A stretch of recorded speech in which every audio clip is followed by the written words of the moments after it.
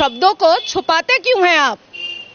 चोरी करोगे तो हाथ काटा जाएगा, बलात्कार करोगे तो औजार काटा जाएगा, गंदी नजर से औरत को देखोगे तो आंख निकाला जाएगा, झूठ बोलोगे तो जुबान काटा जाएगा, और किसी मासूम की हत्या करोगे तो तुम्हारा भी सर तन से जुदा किया जाएगा। ये है इस्लाम, ये है इस्लाम। कौन मुसलमान दाढ़ी टोपी वाला मंदिर जा रहा है जो तुम जाते हो मजार पे? और हमारे अल कुरान ने तो मजार परस्ती मना किया है, गुनाह कहा है। सनातनियों को अपने जोश को दोबारा लाना पड़ेगा, अपने सिविलाइजेशन को मानना पड़ेगा। मंदिर के सामने हम लोग खड़े हैं, इनसे बातचीत करेंगे और जानेंगे कि जो प्रधानमंत्री नरेंद्र मोदी ने जिक्र किया है यूसीसी का, अगली बार जब उनकी सरकार बनेगी यानी कि 4 जून को सरकार बनने के बाद क्या लग रहा है प्रधानमंत्री नरेंद्र मोदी जो यूसीसी लाने वाले देश के अंदर वो कितना सही है, इन्हीं मुद्दे पर बातचीत करते हैं। पहले तो मैम आपका बड़े दिनों के बाद बहुत बहुत स्वागत है हमारे चैनल। हर हर महादेव, हनुमान महादेव। कैसे हैं आप? बहुत अच्छी हूँ, बड़े मजे में हूँ, और मंदिर आ गई, पूजा कर लिया, क्योंकि 3 दिन पहले मुझे मस्जिद नहीं एंटर करने दिया गया। कहाँ पर? पश्चिम बंगाल में। अच्छा। ममता बनर्जी को मतलब नमाज में बुला करके बड़ा उनका इज्जत किया गया, बड़ा उनको पॉलिटिकल भाषण देने का अनुमति दिया गया, बड़ा एकदम पॉलिटिकल भाषण दिए, हेट्रेट स्पीच दी हैं। मैंने नाखुदा मस्जिद में एप्लीकेशन दिया था कि मैं भी वुमेन एम्पावरमेंट और शिक्षा पर अपनी बात रखना चाहती हूँ, और मस्जिद अल्लाह का घर है। और जब अल्लाह तबारक ताला ने अल कुरान में और प्रॉफिट मोहम्मद सल्लल्लाहु अलैहि वसल्लम ने कभी भी कोई डिस्क्रिमिनेशन नहीं किया मर्द और औरत में, तो मस्जिद में औरत भी जा ही सकती है। जब हम मक्का मुअज्जमा और मदीना मुनव्वरा में जब हम हज, उम्रा, तवाफ, नमाज साथ में पढ़ते हैं, तो फिर मस्जिद के अंदर औरत क्यों नहीं जा सकती है? लेकिन इमाम साहब मुझे दरवाजा बंद कर दिए अल्लाह के घर का। मैं औरत हूं इसलिए। तो मेरा डिमांड है कि तब फिर मुसलमानों को औरत का कब्रिस्तान भी अलग कर देना चाहिए। जब हम इतने ही अछूत हैं, हम इतने ही घिनौने हैं, हम इतने ही खराब हैं, औरत जात अगर इस्लाम में इतनी ही बुरी है, इतनी ही नीच है, तो फिर कब्रिस्तान भी हमारा अलग होना चाहिए। और मोहम्मद बिन सलमान साहब को मक्का और मदीना में भी औरत का एंट्री अलग कर देना चाहिए। तो आप मुस्लिम समाज आ गई मैं वही पूछ रहा था, मुस्लिम समाज से हैं आप, मंदिर में आए तो यहाँ पे दिक्कत हुई आपको? यहाँ तो जिस हिसाब से मुझे पूजा आराधना कराई गई है, और गौरव भैया ने मुझे जिस हिसाब से, उनकी माता जी ने, गौरव भैया ने, पंडित जी ने मुझे सम्मान दिया है, मतलब मुझे लग रहा है कि मैं क्यों ही गई थी मस्जिद। ये अब बात उस पर तो ठीक है, अब नहीं जाऊंगा, आपका वो विचार है। अब मैं मुद्दे पे आता हूं। प्रधानमंत्री नरेंद्र मोदी ने बोला कि उनकी सरकार आएगी तो यूनिफॉर्म सिविल कोड देश में लागू हो जाएगा। आप एक मुस्लिम समाज से आती हैं, तो कैसे सोचती हैं, क्या देश के लिए जरूरी है क्या यूसीसी? हाँ बिल्कुल, देश के लिए बहुत जरूरी है यूनिफॉर्म सिविल कोड। देखिए, ये देश संविधान से चला है, और कांग्रेस की सरकार ने और कई ऐसे विपक्षी दल हैं जिन्होंने कोशिश किया था संविधान को खतरे में डालने का, संविधान को ना मानने का कसम खाया था। और मुझे लगता है कि जो कोई भी छाती पीटता है कि वो संविधान मानता है, तो उसी संविधान का आर्टिकल 44 है। तो इसीलिए अब विधवा मिलाप करने से कुछ होगा नहीं विपक्षी दलों को। आर्टिकल 44 अगर संविधान में है तो वो आर्टिकल 44 सबको मानना पड़ेगा, चाहे जो हो जाए। और मुझे लगता है कि मुसलमान बेटियां इसमें रोड पर उतर करके मोदी जी के समर्थन में आएंगी, क्योंकि मुसलमान बेटियों का सबसे ज्यादा फायदा यूसीसी के माध्यम से होने वाला है। कैसे होने वाला है? देखिए, हम 4 शादियों में जो हमारा एक अत्याचार होता था हमारे ऊपर, उसके बाद फिर अपने बाप दादा और अपने माँ अब्बू अम्मी जान की प्रॉपर्टी पे हमारा हक नहीं होता था। हम बच्चा गोद नहीं ले सकते थे, हम निकाह मुत्ता का शिकार बनते थे, हम निकाह मसियार का शिकार बनते थे, हम हलाला का शिकार बनते थे, हम तलाक का शिकार बनते थे। तो ऐसी सारी चीजों से जो निजात हम लोगों को मिलने वाली है, तो मुसलमान बेटियों के लिए बहुत फायदा होने वाला है। अब देखिए, मुझे विधवा हुए 13 साल हो गया, और मैं हमेशा इस सोच में रहती हूं कि यूसीसी आ जाए तो मैं एक बच्चा गोद ले लूं, तो यूसीसी आ जाएगा तो मैं भी एक बच्चा गोद लूंगी। एक बेटा है मेरा, एक और बच्चा गोद में लेना चाहती हूं, पर इस्लाम इजाजत देता है कि 4 बीवी बिस्तर पर रख लो, लेकिन एक बच्चा नहीं गोद ले सकते हो। तो मुझे लगता है कि यूसीसी से मुसलमान बेटियों का बहुत भला होगा।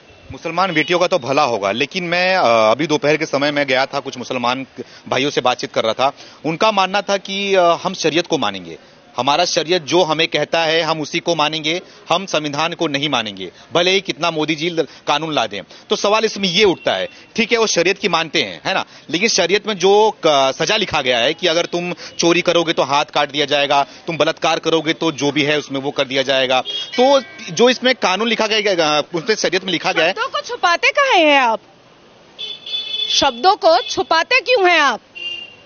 चोरी करोगे तो हाथ काटा जाएगा, बलात्कार करोगे तो औजार काटा जाएगा, गंदी नजर से औरत को देखोगे तो आंख निकाला जाएगा, झूठ बोलोगे तो जुबान काटा जाएगा, और किसी मासूम की हत्या करोगे तो तुम्हारा भी सर तन से जुदा किया जाएगा। ये है इस्लाम, ये है इस्लाम। और इसीलिए मोहम्मद बिन सलमान और हमारे मोदी जी की खूब पटती है, क्योंकि ये कट्टर हिंदू हैं और वो कट्टर मुसलमान है। ये कट्टर श्रीमद् भगवत गीता मानने वाले हैं और वो कट्टर अल कुरान मानने वाले हैं, इसीलिए दोनों की पट रही है। ये जो शरिया वाले हैं ना, ये सिर्फ चिटिंगबाज मुसलमान है, इसके अलावा कुछ नहीं है। आने दीजिए दोबारा सरकार मोदी जी की, 411 पार होने दीजिए। सबसे ऊंची आवाज मेरी होगी वक्फ बोर्ड पर। जितनी भी जमीन हड़प करके बैठा है उस पर मैं वेरिफिकेशन स्टार्ट करवाऊंगी। सबसे पहले हलाल सर्टिफिकेशन को दोबारा केस ऊपर मैं उठाऊंगी।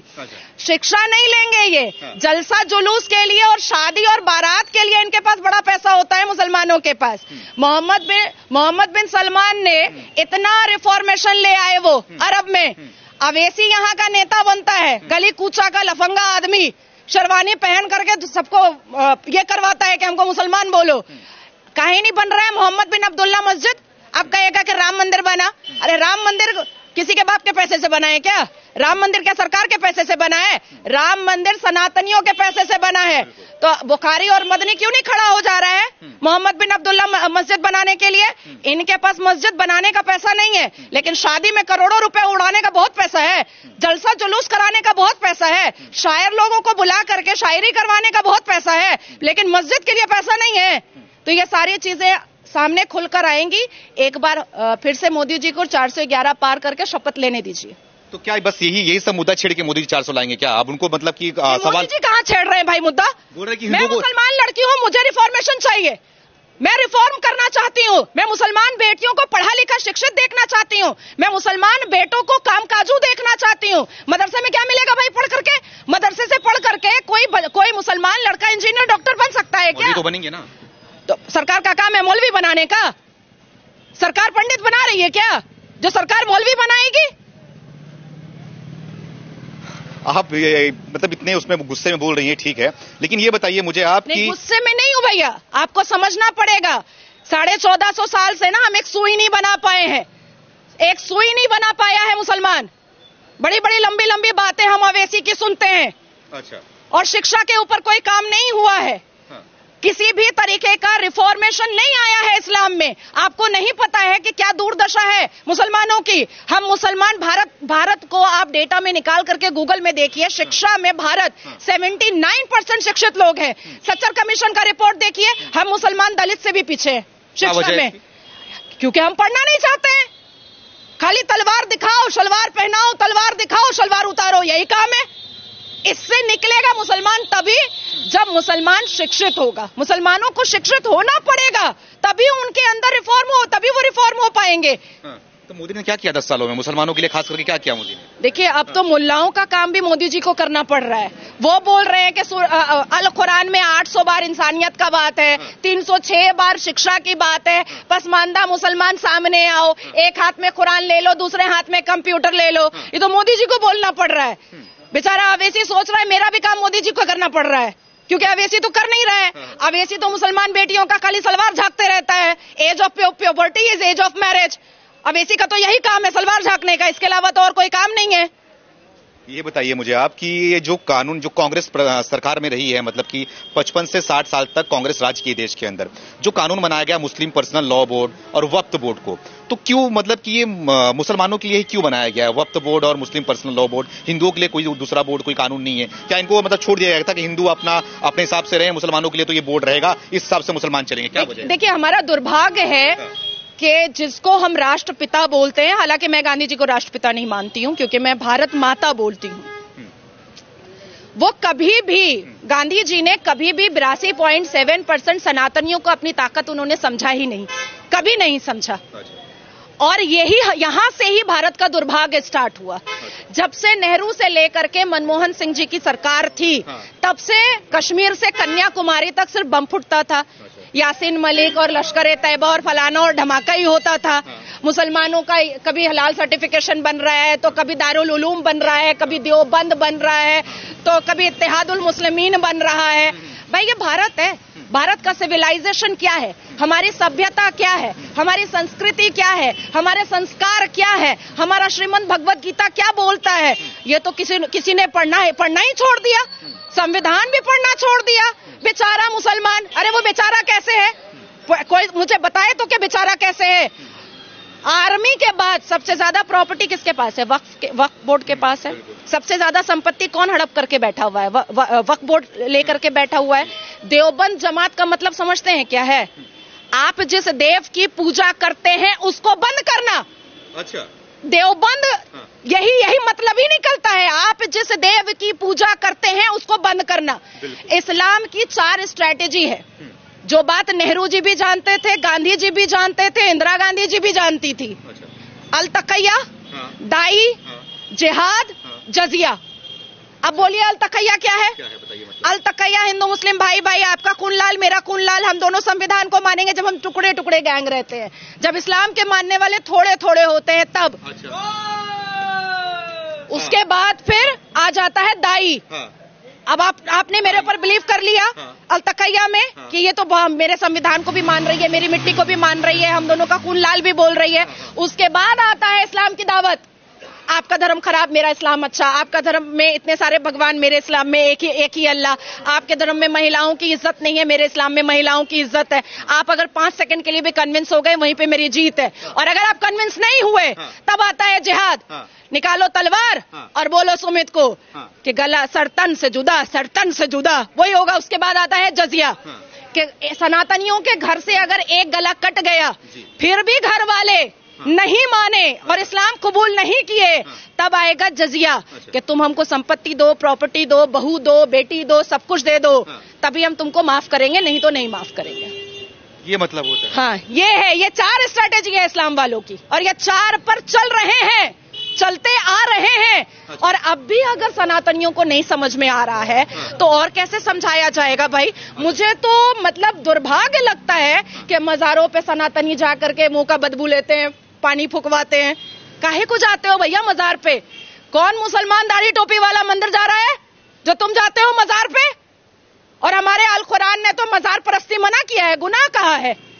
सनातनियों को अपने जोश को दोबारा लाना पड़ेगा, अपने सिविलाइजेशन को मानना पड़ेगा। नेहरू और गांधी और इंदिरा गांधी ने आपसे जो गुरुकुल छीना है, उस गुरुकुल कल्चर को दोबारा लाना पड़ेगा। लग रहा है आ जाएगा। हाँ, एकदम आ चुका है। विजन, फोकस, सब कुछ क्लियर है। हाँ। जो कोई भी भारत की मिट्टी और भारत की धरती पर रह करके शरिया लॉ मनवाना चाहेगा, उसको वाघा बॉर्डर भी दिखाया जाएगा, बड़े आराम से दिखाया जाएगा। और एक बात अंत में कह दे रही हूं आपको, वोट आ रहा है, सारे भारत के सनातनियों को वोट का बटन दबाते वक्त यादव नहीं रहना है, दलित नहीं रहना है, क्षेत्रीय नहीं रहना है, ब्राह्मण नहीं रहना है, सिर्फ सनातनी रहना है। अखंड भारत का जिसके आंख में सपना है, वो कमल पर बटन दबाएगा, वो कमल पर बटन दबाएगा। जिसके आंखों में भारत की उन्नति, डेवलपमेंट और सक्सेस का सपना है, वो कमल पे बटन दबाएगा। जिसको अपनी बहू बेटियों को सुरक्षित रखना है, वो कमल पे बटन दबाएगा। जिसको पीओके वापस लेना है, वो कमल पे बटन दबाएगा। मतलब कि आप इतना खुल के मुस्लिम समाज से आती हैं, मंदिर में दर्शन करती हैं, जय श्री राम का और महादेव का नारा लगाती हैं, ये ओम नमः शिवाय का पट्टा पहनती हैं, तो आपको डर नहीं लगता कभी आपको काफी न घोषित कर दिया जाए वहां से? देखिए, मुझे तो डर वर नहीं लगता, और किससे डर लगेगा? ये चुन्नू मुन्नू पहले समझा दे मुझे कि ये कुरान मानता है कि नहीं मानता है। अगर अवैसी या मदनी या बुखारी या तौकीर कुरान मान रहा होता तो सारे मजारों पे हथौड़ा चल चुका होता, क्योंकि अल कुरान में तो मजार परस्ती गुनाह है, मैंने आपको बताया, फिरका परस्ती गुनाह है। अल्लाह तबारक ताला ने अल कुरान में साफ लफ्जों में कहा है कि मेरी उम्मतों को फिरके में मत बांटो। एक अल कुरान को सारे मुसलमानों को मानना है, और उनकी पहचान सिर्फ एक अल कुरान है। तो कहां से आया? All India Muslim personal law board, कहां से आया हदीस, कहां से आया बहश्ती ज़ेवर, कहां से आया सही अल बुखारी। तो ये पहले खुद को तो साबित कर ले कि ये पक्के मुसलमान है। ये पहले खुद को तो साबित करे, बाद में मुझे साबित करवाएंगे। तो आपके लिए बोलते हैं यही ना कि पक्की मुसलमान है ही नहीं हो, क्योंकि आप इस्लाम के खिलाफ बोलते हो, मौलवी के खिलाफ बोलते हो, सबके खिलाफ बोलते हो, खाली बस सनातनियों के साथ में आती हो, मतलब कि आप पक्के हो नहीं। नहीं, देखिए अवैसी की बात को मैं क्यों मानूं? कौन है वो? एक गली का नेता है, और अभी कुछ दिन के बाद माधवी लता जी जो लपेटेंगी उनको, मैं जाने वाली हूं वहां भी। जी हाँ, कंपेनिंग में जा रही हूं मैं। तो हम दोनों बहनें जब मिल करके मंच पर बात करेंगे ना अवैसी के बारे में, तो जोड़ा अवैसी का चेयर ना 1984 से लेकर के 2024 में हिला के ही छोड़ेंगे। एकदम हर हर महादेव का नारा लगा करके मंच पे चढ़ूंगी मैं भी देखती हूँ कि अवैसी कैसे फतवा जारी करवाता है। अल कुरान के पन्ने, सूरा, आयत, वर्सेस सबको सब बोल करके बोलूंगी कि ये जाली मुसलमान है, अवैसी जाली मुसलमान है, अवैसी चिटिंगबाज मुसलमान है। अवैसी को कुरान की आयत, सूरा, वर्सेस अगर सुनना है तो मेरे साथ आकर के कन्फ्रंटेशन करे। अगर 1% भी अवैसी को हिम्मत है तो मैं रहूंगी हैदराबाद में 1 हफ्ते के बाद, आए मेरे सामने।